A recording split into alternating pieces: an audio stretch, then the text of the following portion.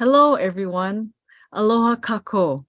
I'm Dr. Patsy Iwasaki at the University of Hawaii at Hilo, and I'm thankful for this opportunity to share my research and teaching practices with you at the University of Madrid Complutense. So let me now share my screen so I can share my slides with you.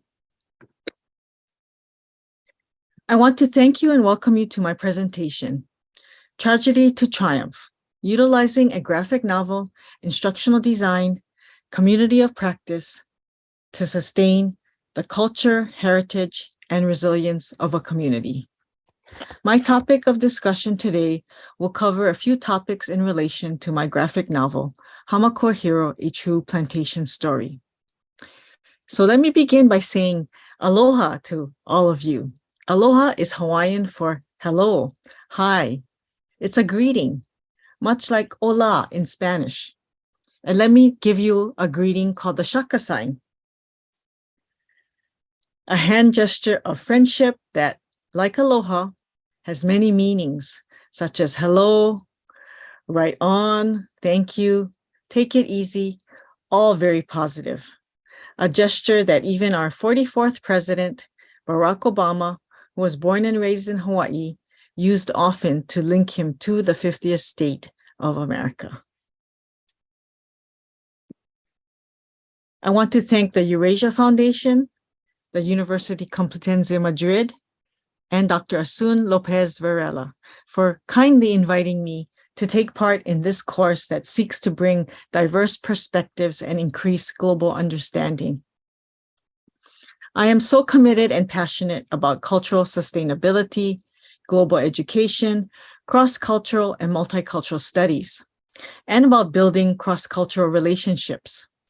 Although we come from many different backgrounds, cities, and countries, speak many languages, we truly are one human race living on one single planet Earth.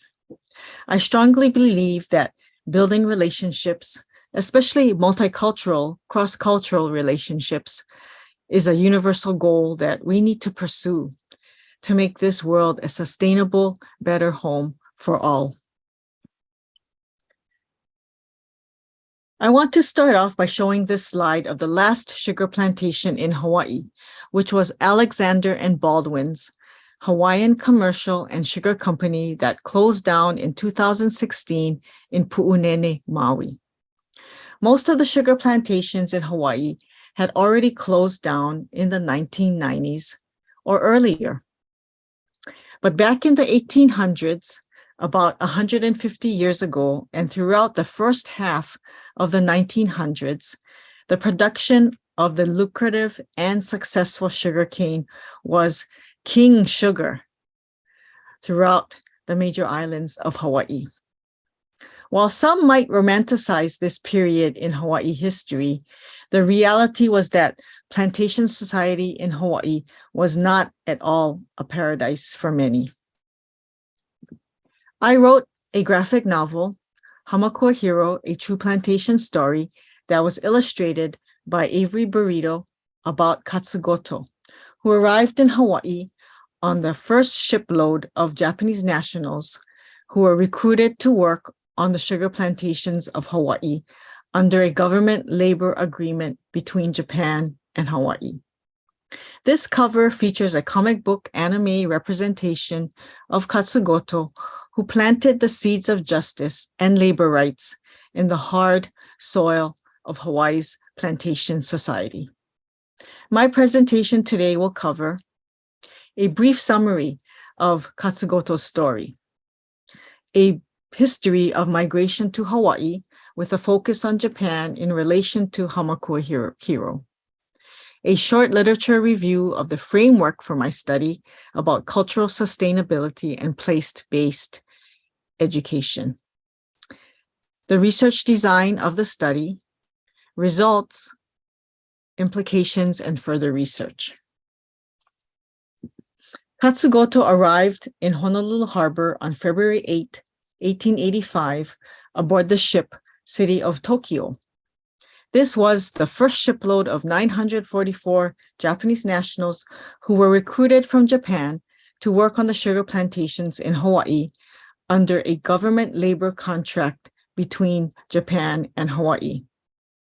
Most of the laborers during this time period were from Asia, China, Japan, Korea, and the Philippines, and they were committed to a 3-year contract. After being processed through immigration, Katsugoto was sent to O'Okala Plantation along the Hamakua coast near Honoka'a on Hawaii Island.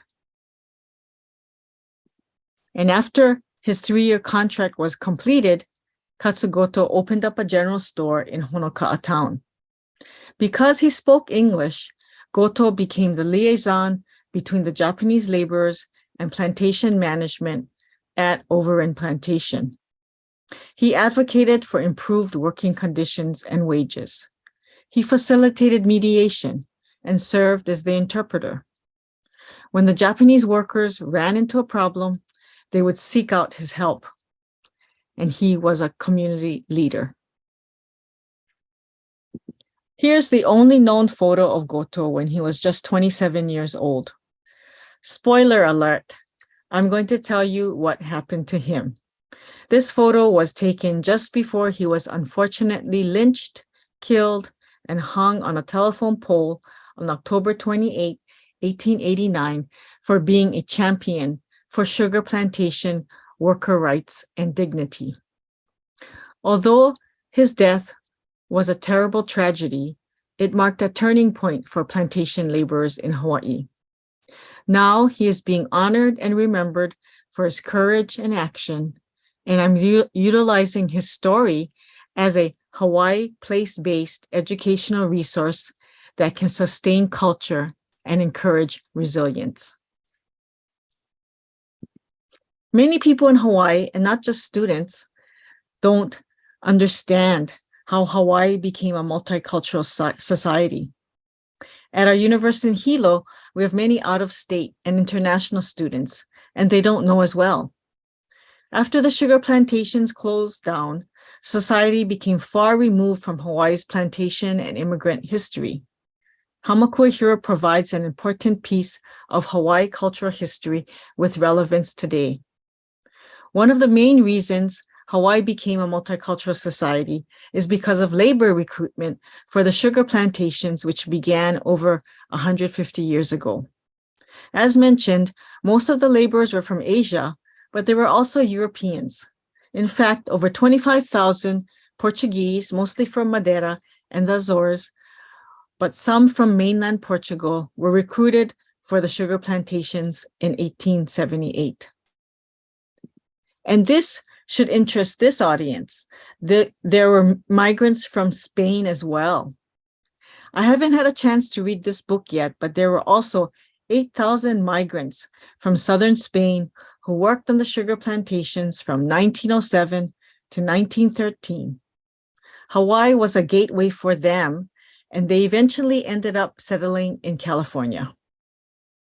As a place-based educational resource, Hamakua Hero provides necessary background about Hawaii history and immigration, especially Japanese migrant history. So Hamakua Hero begins with this scene of Waikiki today. Waikiki is a famous beach area on Oahu with many hotels. The narrator of the story is Katsugoto's younger brother, Sekijiro. And he invites the reader into the story by saying, "Aloha, welcome. Today, there are over 1 million people of diverse cultures living in thriving communities in the 50th state of America. It is a place of commerce, tourism, industry, and technology. Many are drawn to the tropical allure of paradise, Hawaii." And this is a photo of Waikiki Beach during the July 4th canoe races in 2019. Yes, before the pandemic. But I believe it's starting to look like this again because all restrictions have lifted and tourists are returning to Hawaii. I believe it already has or will soon return to pre-pandemic levels of 30,000 visitors arriving into Hawaii each day. Sekijiro continues in the graphic novel. Some things never change. It was the same over many years ago when thousands left behind their family, friends, and homelands for these islands in the middle of the Pacific Ocean. As many do today, they wanted to live in paradise. Let me tell you a story from long ago that is very close to my heart. So the environmental, social, economic, and political instability and hopes for a better life pushed residents out of their own countries to America and to Hawaii. And for Hawaii, the need for workers on the sugar plantations pulled immigrants to the islands. Factors that push people out of the country are called immigration, and factors that pull people into a country, immigration. The same environmental, social, economic, and political factors that pushed people out of their home countries in the 1800s are the same reasons that pulled migrants into a country. And the same reasons for migrants still apply today, over 200 years later. Push factors: few services, lack of job opportunities, natural disasters, wars, weak economies, shortage of food, and other reasons. The pull factors: access to services, better job opportunities, improved living conditions, hope for a better life, family links, and other reasons. The push and pull factors of immigration around the world, and especially to the United States during the 1800s, also applied to Hawaii.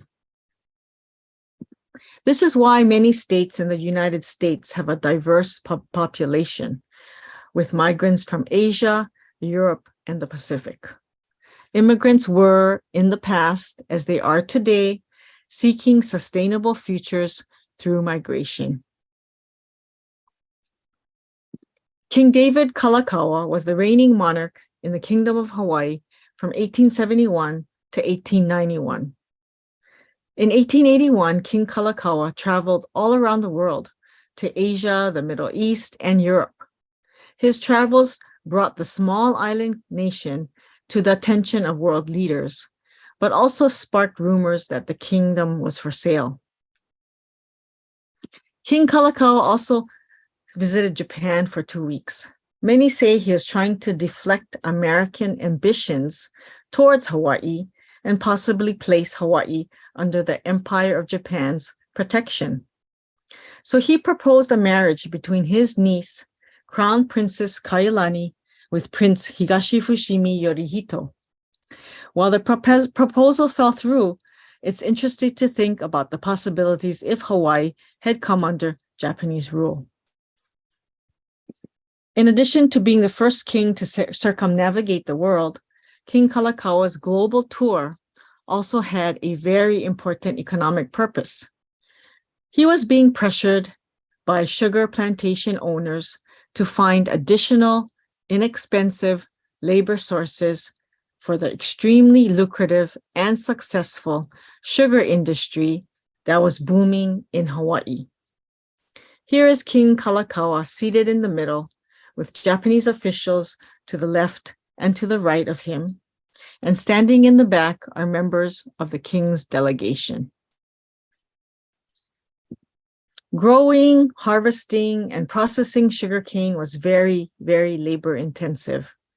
This immigrant labor force that was successfully recruited from Asian countries such as China, Japan, Korea, the Philippines, from the Pacific, and from Europe is what created the multicultural society of Hawaii that we have today.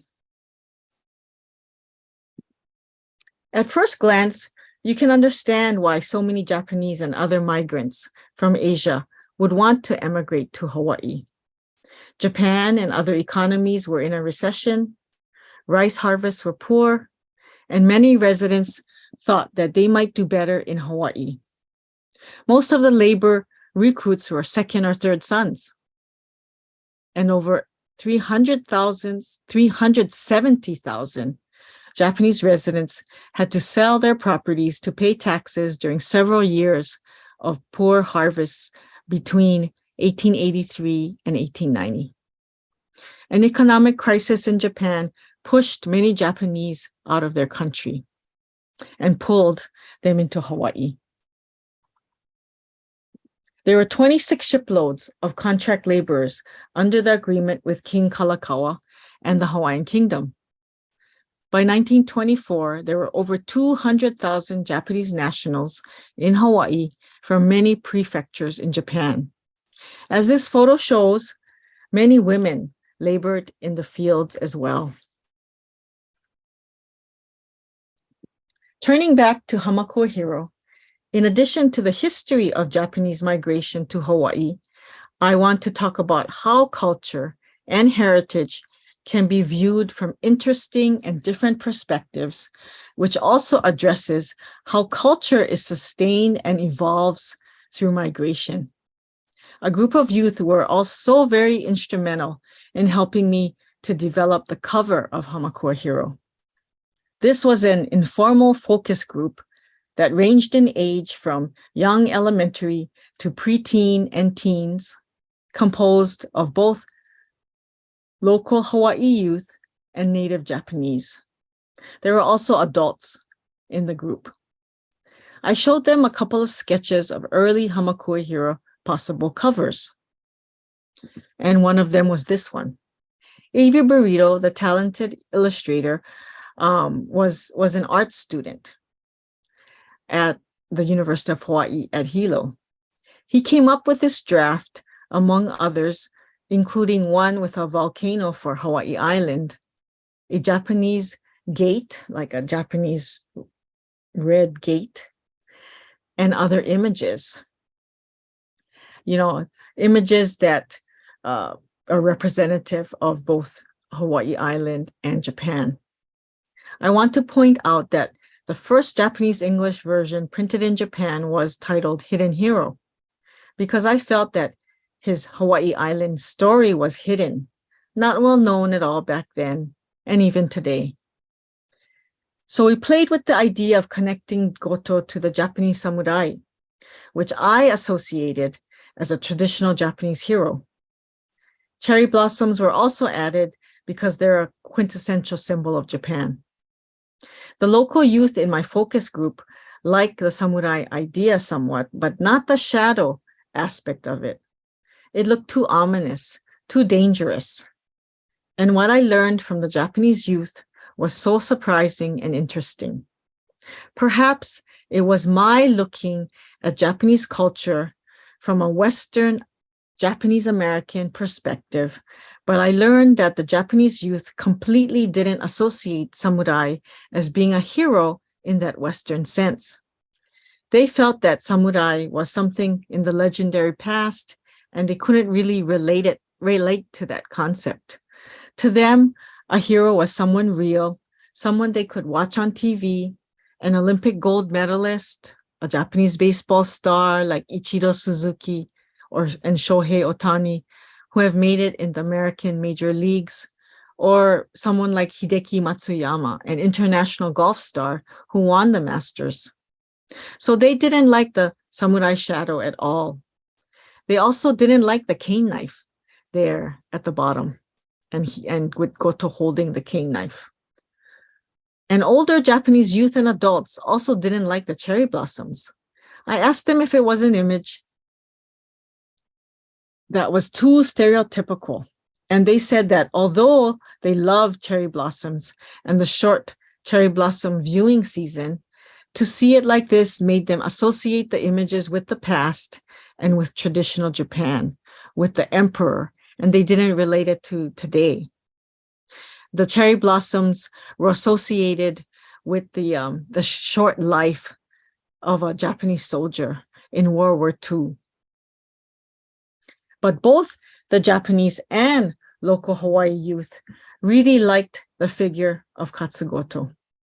They liked how he looked up as if with hope and a dream.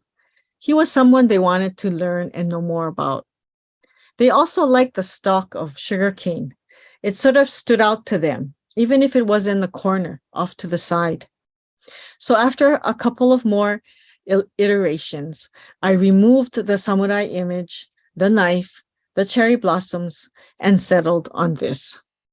The cover with a focus of a youthful Katsugoto filled with hope and dreams in the middle of a sugarcane field. And I'm so glad at how it turned out. And I'm glad that in this version, we were able to include the Hawaiian accent marks on the letters, on the vowels. So that was a good improvement. And so, isn't it interesting how culture is sustained and changes and evolves through migration? This was a good example of how I, as a Japanese American with cultural roots in Japan, have changed my perspectives because of migration, or my perspectives have changed because of migration. Now I'd like to share some of the sources briefly that provided a framework and foundation for my research and teaching practices. Gloria Ladson-Billings introduced a culturally relevant framework back in 1995, which has been adapted and extended by many researchers, including Shelley Brown Jeffy and Jewel Cooper in 2011. Gregory Smith and David Sobel proposed engaging students in communities to seek solutions for social and environmental problems in 2010. Hawaii researchers have also explored this approach. Jacqueline Chappell in 2018 and 2019, Noelani Goodyear Kaopua in 2013, and Brandon Ledward and Brennan Takayama in 2009. Mal, Amanti, Neff, and Gonzalez in 1992 discussed how storytelling can encourage students to voice their own history, culture, and personal knowledge to become experts of their own experiences and knowledge. Paris and Alim in 2014 discussed culturally sustaining pedagogy as the foundation for tolerance and respect by incorporating identity and culture, which can also address systemic inequalities. San Pedro and Kinlock in 2014 and 2017 claimed that exchanging stories is central to educational research and that stories can establish more inclusive, interconnected, and decolonizing methodologies. And Campano, Stornialu, and Thomas, all in 2018, discuss how collective knowledge and storytelling are able to address long-standing systemic violence and oppression and help students become agents of change. My current study addresses how the once thriving region of the Hamakua Coast has been impacted economically and emotionally by the following three elements. Number one, closure of the sugar plantations. As labor costs increase and less costly sources of sugar increased as well, all of the sugar plantations in Hawaii shut down one by one. The last two sugar plantations along the Hamakua coast that you see there at the top and top right of the island map there, that's the Hamakua coast. The last of the two sugar plantations along the Hamakua coast shut down in 1994. Number two, highway infrastructure. The building of the Daniel K. Inouye Highway, completed in 2013 and 2017, significantly impacted the community. Local residents and visitors can now bypass the entire region to and from the east and west sides of the island by cutting across directly, almost through the middle of the island. And this severely decreased economic opportunities for that northern region of Hamakua. And number three, the COVID-19 pandemic. After the closure of the sugar plantations, the majority of residents began to commute to the west side of the island, to the visitor locations of Waikoloa and Kailua Kona, to work in the visitor industry. These residents were furloughed and let go when the hotels, restaurants, and activities were shut down due to the pandemic. Community organizations pivoted and then addressed food security, demonstrating resilience. The community also came together in resilience in 1994, the same year the sugar plantations closed down, when it honored the legacy of Katsugoto. They built a memorial and annually commemorate him as an early champion of labor, not a victim of racism and oppression, when he was lynched and hung in 1889 for his advocacy of plantation laborers. Since 1994, for many years now, they've held a service and activities to honor his legacy and bring attention to other current issues of social justice today. Even during the pandemic, they held virtual commemorations. The organizers put a lot of thought into the building of the memorial with elements honoring both Japan and Hawaii, two cultures brought together through migration. On the left is a column made of hinoki, Japanese cypress wood, and rocks are from Japan as well. And the blue tiles are done using a traditional Japanese style. Elements from Hawaii are on the right. The column is made of ohia wood, and a large lava rock from Waipio Valley secures the base. The tiles, done in the traditional Japanese style, have a sugarcane motif design at the ends, and the plaque in the middle honors Katsugoto's legacy. So there were two parts to this mixed method study that utilized both qualitative and quantitative data.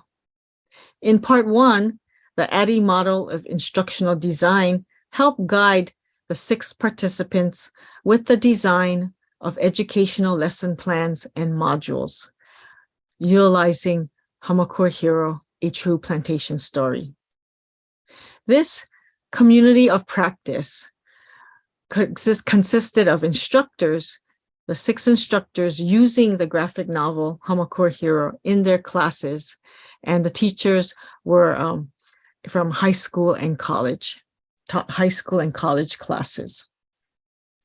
The analysis, design, development, implementation, and evaluation process of ADDIE aimed to create important connections and a sense of place, pride, healing, and resilience for a community experiencing adversity.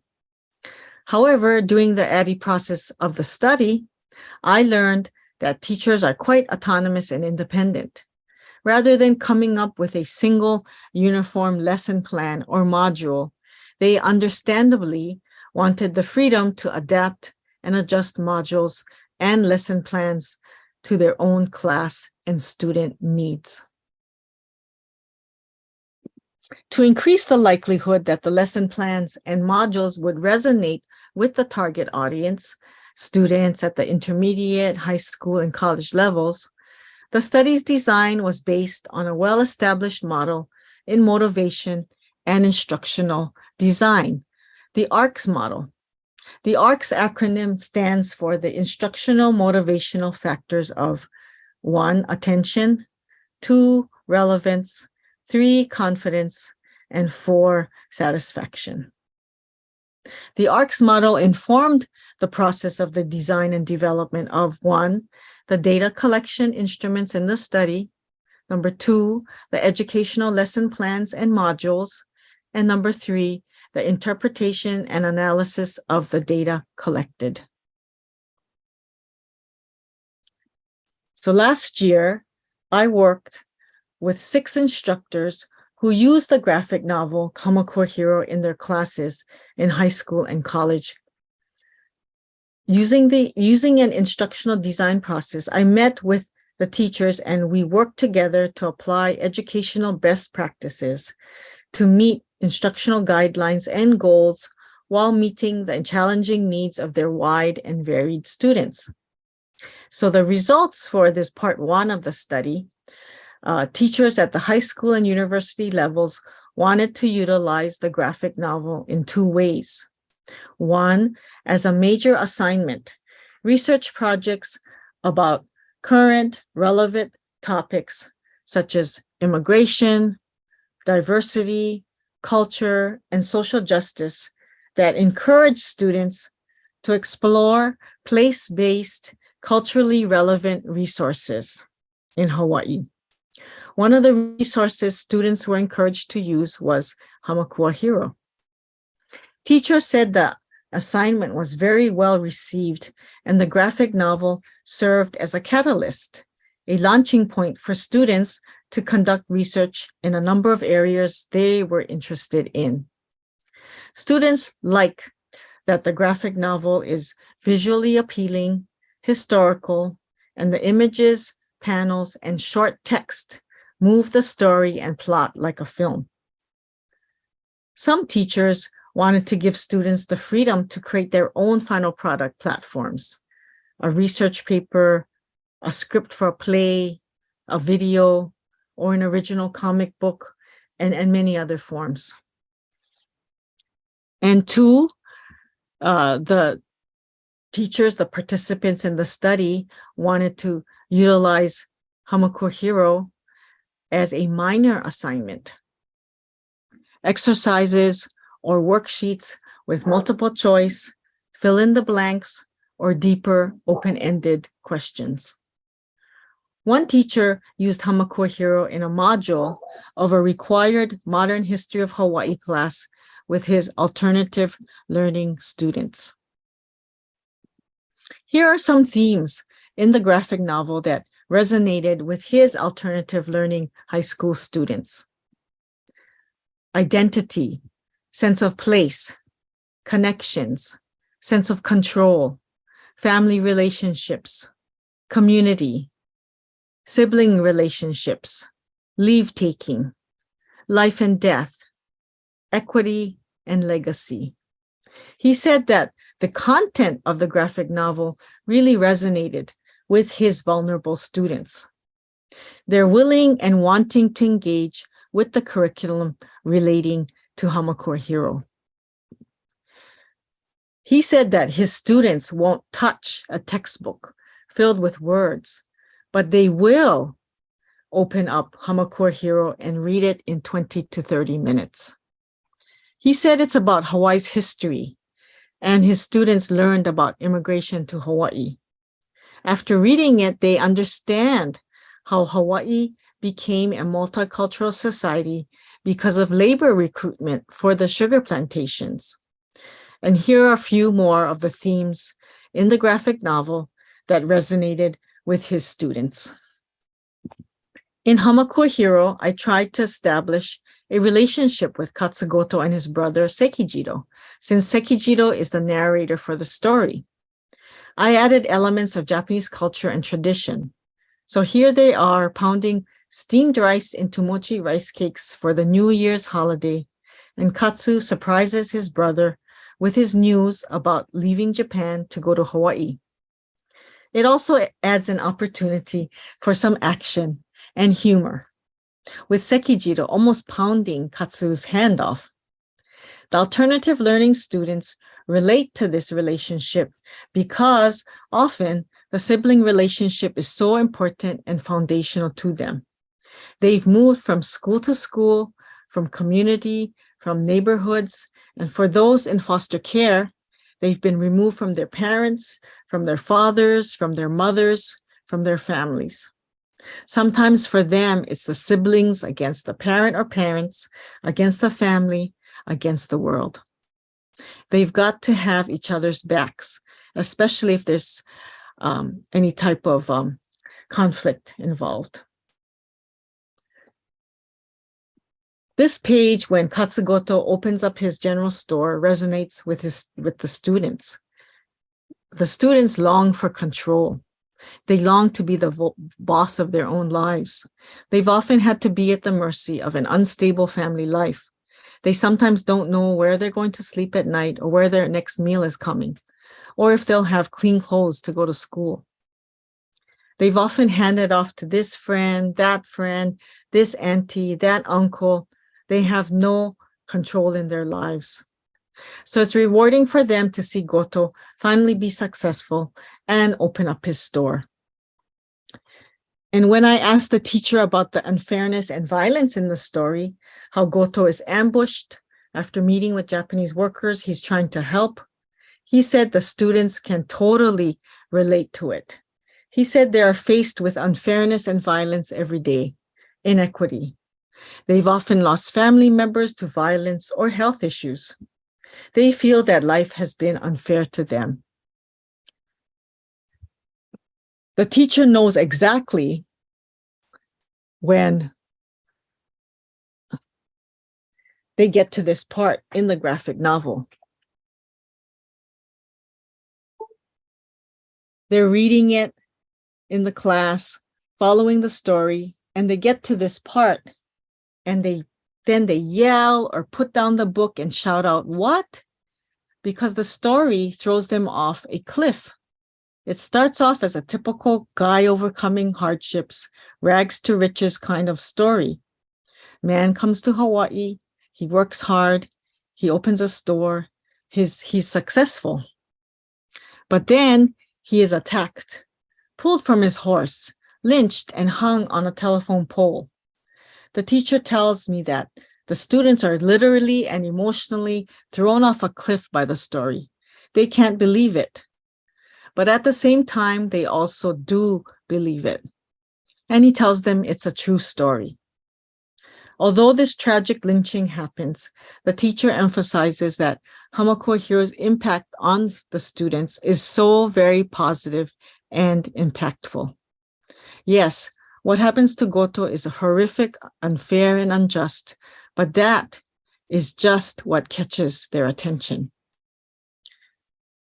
The teacher emphasizes that the takeaway for the students is that he was a good person.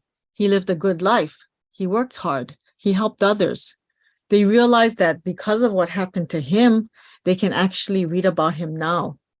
If the lynching didn't happen, he would just be another interesting migrant story, one of many. And there's a memorial in Honoka'a where they can learn about him. They can learn about resilience. The students make that connection and conclusion, which is that good has come out of this story.